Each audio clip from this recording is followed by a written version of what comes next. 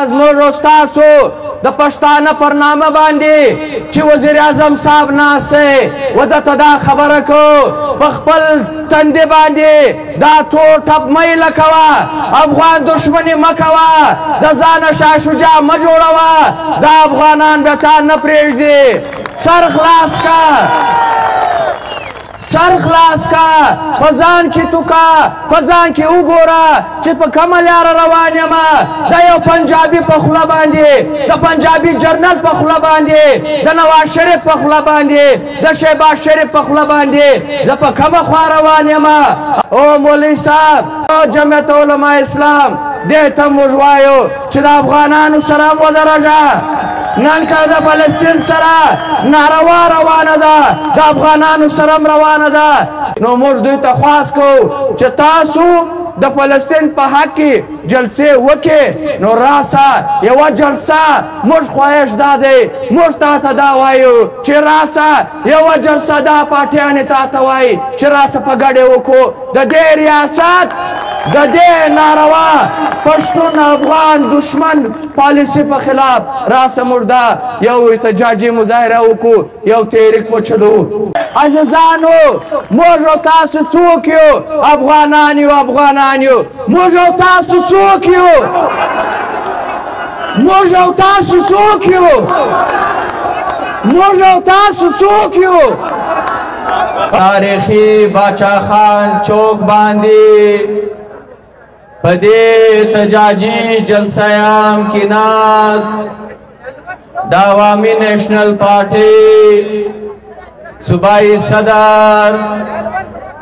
ډېر قدرمن اصغر خان اڅکزی صاحب د نیشنل ډیموکریټک موومنٹ صوبایي صدر ډېر قدرمن احمد جان صاحب د پښتون ژغورنې غورځنګ صوبایي کوارډینیټر ډېر قدرمن نور باچا صاحب دلته راغلو د ټولو پارټیانو کارکونانو د کوټې شاریانو ورونو خوندو ستاسو ټولو په اجازه باندې تر ټولو اول خوځه پر دې شانداره احتجاجي مظاهره جلسه باندې تاسو ته آفرین وایم واقعتاً نن تاسو دا ثابته کړه چې پښتون افغان نن هم سره یو دی چې ټول پښتانه نن هم د دشمن و مخته ولاړ دي او د پښتانه د افغانانو په خلاف چې د دې ملک د پنجاب هغه مقتدر استعماري قوتونه چې کومې پالیسیانې جوړې کړې دي د هغې په خلاف باندې دا پښتون افغان هم ویښ دی هم بیداره دی او هم سره متفق دی قدرمنو عزیزانو د دې احتجاجي جلسه هغه خاص نقطه دا ده چې د ریاست پاکستان او د پنجاب د استعمارګرو لخوا چې کوم د افغانانو کډوالو په خلاف چې یو کریک ډاون یو غیر انساني د عالمي قوانینو په خلاف چې د دوی بې دخلي کومه روانه ده د دې په خلاف باندې دا جلسه عام ده قدرمنو عزیزانو لکه څنګه چې تاسو خبر یاست دا سلسله د دې کړۍ وهغه ځای ته رسي چې کومه ورځ د پاکستان ریاست او د پنجاب استعماري قوتونو چې افغانستان کې د مداخلت پالیسي جوړه کړه او افغانستان د ځان پنځمه صوبه ګڼله د هغې راسي بیا تر دا نن ورځې پورې پښتون افغان نه د کرښې پر هاخوا او نه د کرش په دې خوا او نه په جهان کې د خیر ورځ لیدلې ده. قدرمنو عزیزانو چې په دې افغانستان کې چې څور انقلاب رالی، دا انقلاب دا د افغانستان انقلاب وو، دا د افغانستان د خلکو انقلاب وو، دا د خوارکشو خلکو انقلاب وو چې دا به د افغانانو تقدیر به بدلولی، د افغانستان شکل به بدلولی. خو د جهان استعمارګرو کاغه عربي استعمارګرو کاغه امریکي سمراجو او کاغه د پاکستان دا پنجابي استعمارګرو دا افغان انقلاب په وینو ولړلې، دا افغان انقلاب په وینو د افغانانو رنګ کوي، افغانستان ټوټې ټوټې کوي، د جهان ټولې کرنسۍ راوړي د افغانستان په خلاف استعمال کې، د افغانانو په قتل عام کې استعمال کې، او په دې کې د دې جهان چې کم سامراجي قوتونه دي بالخصوص امریکا چې امریکا په دې جنگ کې کم و بیش 25 ارب ډالر هغه وخت استعمال کې، په دې جنگ کې عربیانو د IIRO پر نامه باندې انټرنیشنل اسلامیک ریلیف ارګنایزیشن پر نامه باندې د پښتون افغان په قتل عام کې پاربونو ډالر او پاربونو ریال راوړل او زموږ وطن په وینو ولمبولی. قدرمنو عزیزانو دا نن چې افغانان کډوال دي، دا افغان کډوال دا له چا له وجې دي، دا افغانان چا ودې ته مجبوره کړل چې دوی خپل وطن پرېږدي، د دوی وطن چا وران کوي، د دوی پر سر باندې پیسې چا واخیستلې، دا خو ریاست پاکستان واخیستلې، تا د امریکا ډالر واخیستل، تا عربیانو ته ډېر زر عربیانو ته تا ټریننګ ورکړلی، تا په پاکستان کې پنجابیانو ته او نورو ته تا ټریننګونه ورکړل. دا موږ نه وایو، دا نصیر الله بابر وایي، دا کرنل امام وایي، دا حمید ګل وایي، دا جنرال پرویز مشرف وایي چې دا خلک چې موږ لږلو دا زموږ هیروز وو، دا زموږ اساسي وي، دا زموږ خلک وو چې موږ د افغانستان د بربادۍ دپاره لږلي وو. او پنجابه تا د افغانانو په بربادي کې تا F-16 طیارې واخیستې، تا د افغانانو پر وینو په سودا باندې پنجاب جوړ کړئ، تا اسلام آباد جوړ کړئ، او نن تاسو وګورئ چې د پښتانه څه حال دی. نن دا تاسو ګوایاست چې ډېر ضیاءالحق به ویلې چې دا خو زموږ مسلمانان دي، دا خو مهاجرین دي،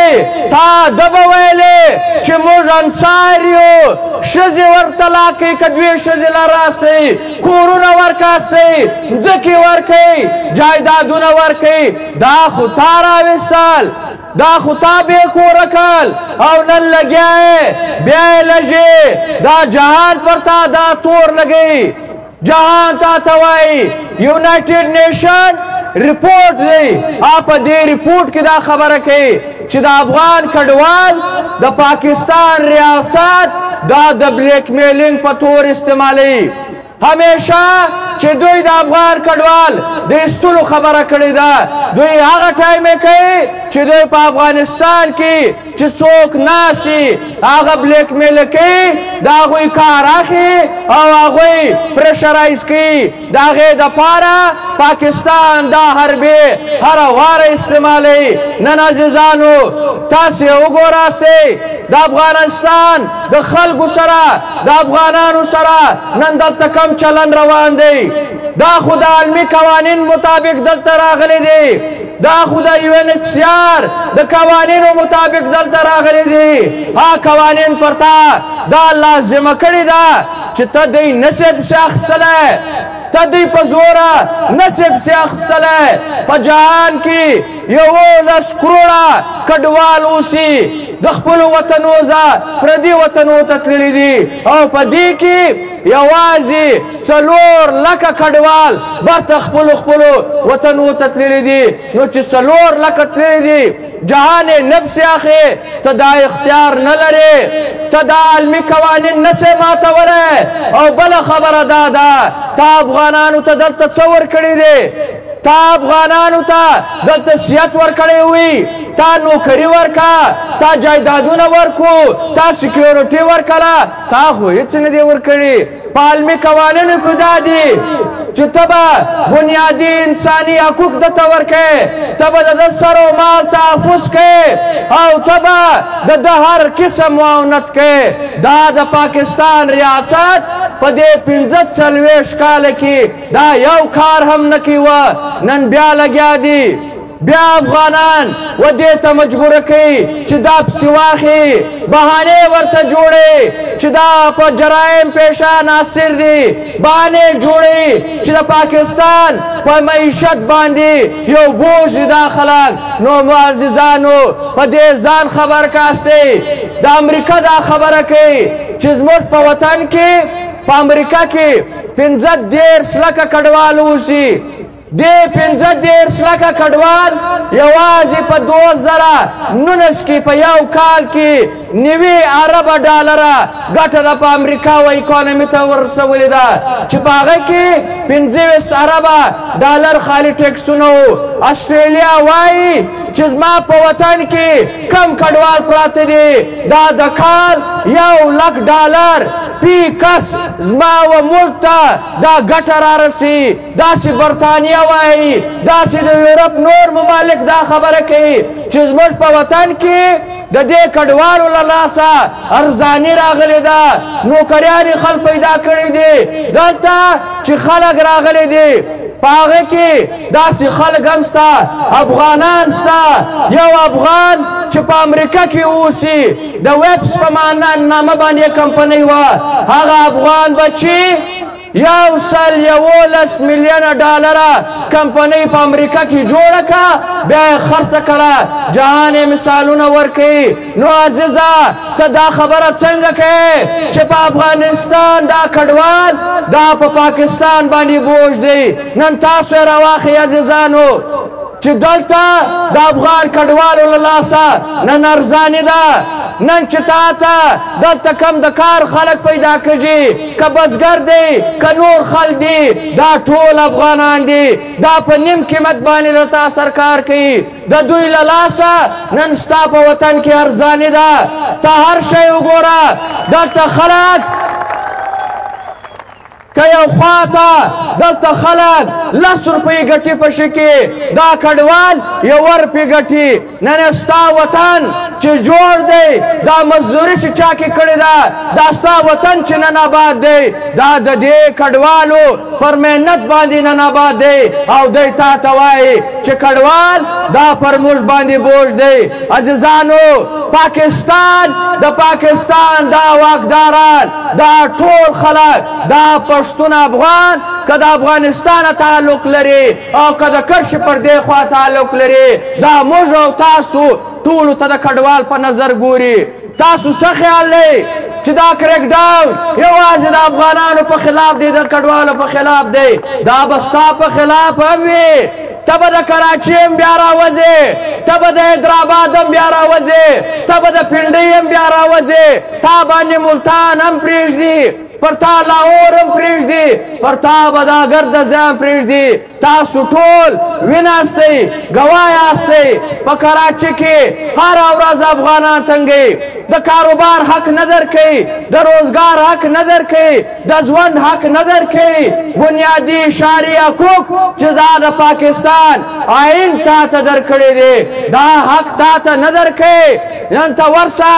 دا به ورځ راځي که نن موږ نه ودرېدو دا به تاسو ویناستئ چې نن وینئ هر ځای چې که په پنجاب کې دی که په سند کې دی که چاپې ولکژې د افغانانو په کورونه باندې دي کچاپی ولکجی د افغانانو په هوټلونو باندې دي کچاپی ولکجی د افغانانو په دکانونو او د افغانانو په مارکیټونو باندې دي